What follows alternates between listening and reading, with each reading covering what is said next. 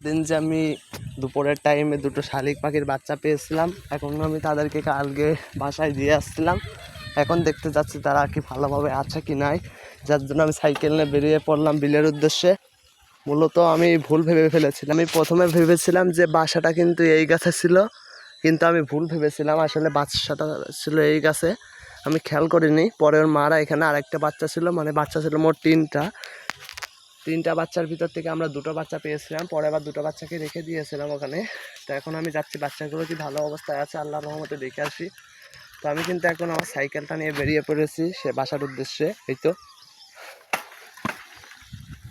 চলে আসছি প্রায়। আমি কিন্তু কালো গাছ ওইটা দেখলাম যে বাচ্চাগুলো আল্লাহর রহমতে অনেক ভালো আছে।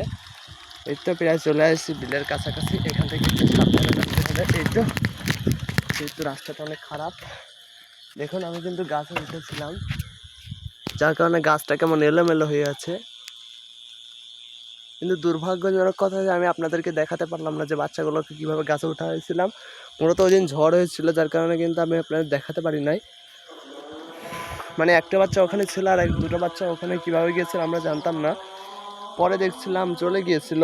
আসলে যে কীভাবে গেল এটা আমি নিজেও জানি না। এই তো বাচ্চাগুলো দাঁড়ান, বাসাটা দেখানো যাচ্ছে না যেহেতু সন্ধ্যাবেলা আজান দিচ্ছে মাগরিবের। এই যে দেখতে পাচ্ছেন কিছু খড়কুটো, ওখানে কিন্তু মূলত তাদের বাসা।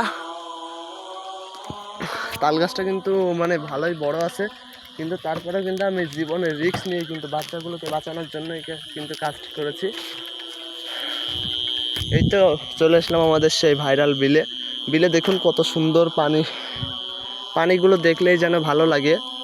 তো এখন আমি ভাবছি যে ওইখানে একটু যাই, প্রাকৃতিক পরিবেশে। দেখুন জায়গাটা কিন্তু অনেক সুন্দর, ওখানে কিন্তু মাঝে মাঝে মানুষ এসে বসে থাকে, কারণ বসবে না, কারণ জায়গাটাতে এত সুন্দর সেটা কিন্তু মানে ভাষায় প্রকাশ করা যায় না। চলুন আমিও একটু যাই। এদিকে পানি যাচ্ছে, এখানে সাইকেলটা উঁচু করে নিতে হবে। এই তো পিছনের চাকাটা উঁচু করলেই হচ্ছে, দাঁড়ান উঁচু করে নেই, নয় পায়ে ফেটে যেতে পারে। আমি একটু ওখানে গিয়ে কিছুক্ষণ বসবো, আজান দিয়েছে যেহেতু, বসে তাই রওনা দেবো ইনশাআল্লাহ। জানি না আমি কাজটা ঠিক করেছি কিনা, যে বাচ্চা দুটোকে ফিরিয়ে দিয়ে বাসায়। গাইস ও আল্লাহ আজকে মতো বাসায় দিচ্ছে গাইস। তো দেখুন গাইস কত সুন্দর বিল, আমাদের বিলের মানে ইয়েটা।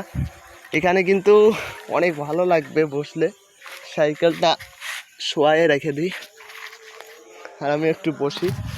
দেখুন এতে ঘাস এতটা কমফোর্টেবল যে আপনার বসলে মানে অনেক ভালো লাগবে। দেখুন ঘাসগুলো কতটা পুরু, এবং দেখুন চারিদিকে মানে ধান খেতের একটা আগমন। মানে আমরা প্রায় চাচাতো ভাইরা মিলে কিন্তু এখানে এসে বসে গল্প করি, আড্ডা দিই, এমনকি আমটামও চুরি করে নিয়ে এখানে আমরা অনেক খেয়েছি। এই যে দেখুন আমরা এখানে কেলেমন 7 আপ ইত্যাদি খেয়ে থাকি। এখানে কিন্তু বসে থাকতে অনেক ভালো লাগে, কিন্তু কেউ নাই বলে আমার ভালো লাগছে না। তো আপনাদের জন্য আমি একটু দেখাতে আসলাম জায়গাটা।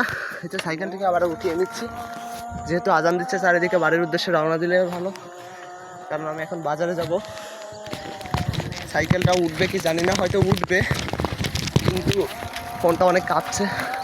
আর তার থেকে বড় কথা হলো এই যে পাইপ আছে, উঠতে পারলাম না।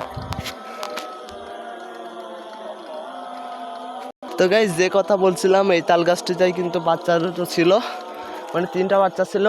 আল্লাহর রহমতে আমি কিন্তু দুটো বাচ্চাকে আল্লাহর রহমতে ফিরে দিতে সক্ষম হয়েছি।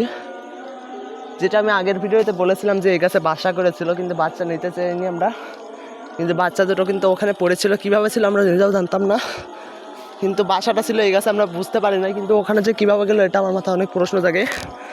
তো যাই হোক গাইস, চারিদিকে আজান দিচ্ছে আর আমি বাচ্চা দুটোকে মানে মার কাছে ফিরিয়ে দিতে পেরে অনেক আমি আনন্দিত হয়েছি। যেহেতু চারিদিকে আজান দিচ্ছে, বিলে একা থাকা ঠিক হবে না। দেখুন চারটা আজকে কত সুন্দরভাবে উঠেছে সুগোল। আমার ক্যামেরাটা অত ভালো না, ফুল ফোকাস করার চেষ্টা করছি, কিন্তু ক্যামেরাটা কাঁপছে গাইস। এতে গাইস দেখুন আমাদের বিলের পরিবেশটা এখন মোটামুটি অনেক সুন্দর, আর চারিদিকে নতুন ধানের আগমন। কিন্তু এখন আমি বাড়ি যাচ্ছি, ভালো লাগছে না। তো যে কথা বলছিলাম, মানে আমরা যে কাজটা করলাম, মানে পাখির বাচ্চাটিকে আমরা বাসায় ছুঁ আসলাম, এটা আমি ঠিক করেছি কিনা জানি না।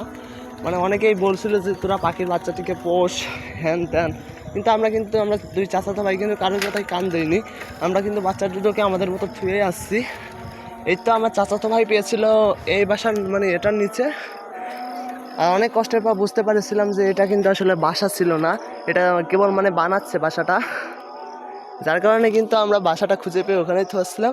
তো গাইজ জানি না আমি কাজটা ঠিক করেছি কি, যদি কাজটা ঠিক করে থাকি তাহলে আমার ভিডিওটা একটা লাইক দিন, আর চ্যানেল থাকলে চ্যানেলটি সাবস্ক্রাইব করে দিন, আর এমন সুন্দর সুন্দর ভিডিও পাওয়ার জন্য আমার চ্যানেলটি সাবস্ক্রাইব করে আমার সাথে থাকুন। ধন্যবাদ সবাইকে, আসসালামু আলাইকুম।